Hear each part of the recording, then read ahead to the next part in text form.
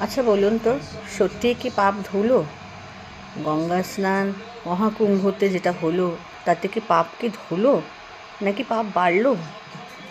আমার তো মনে হয় পাপ অনেক বেড়ে গেল আমাদের। তার কারণ কি জানেন?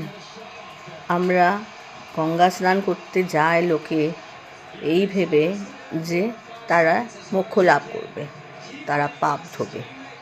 কিন্তু হলো কি? হলো ঠিক তার উল্টোটা। ধাক্কাধাক্কি করে, একে অপরকে ফেলে দিয়ে, পদপিষ্ট করে তার দেহের উপর থেকে গিয়ে স্নান করা হলো। মা গঙ্গা কি তাতে খুশি হলো? মা গঙ্গা কি তাদের পাপ ধুলো? ধুলো না। তার উপরেও এই যে এতগুলি মৃত্যুকে লুকানো হচ্ছে, মৃত্যুর সংখ্যা কমে গেছে, ওই 10 কি 20 আরও কিছু হসপিটালে ভর্তি আছে, ট্রিটমেন্ট চলছে। আসল চেহারা কিন্তু সেটা নয়। অনেক অনেক অনেক বেশি তার থেকে। অনেক লোক মারা গেছে, শুধু একটা জায়গায় নয়, একটা আলাদা আলাদা জায়গায় কুম্ভ মেলায় এই স্ট্যাম্পেটের ঘটনা ঘটেছে। সুতরাং এত সোজা নয় পাপ ধোয়া। পাপ ধুতে হয় নিজের মনে শুদ্ধিকরণ করুন।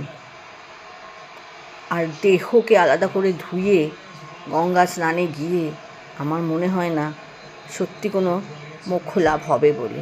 গঙ্গা আমাদের সবার মা, আমরা গঙ্গাকে ময়লা করছি। আমরা চারিদিকে গঙ্গার এদিকে ওদিকে নোংরা মূত্র ফেলছি। তাতে কি গঙ্গা পরিষ্কার হচ্ছে? তাতে কি আমরা সম্মান জানাচ্ছি গঙ্গাকে? না, জানাচ্ছি না। সুতরাং নিজের কর্মকে বিশ্বাস করুন, নিজের মনের ভেতরে শুদ্ধিকরণটা করুন।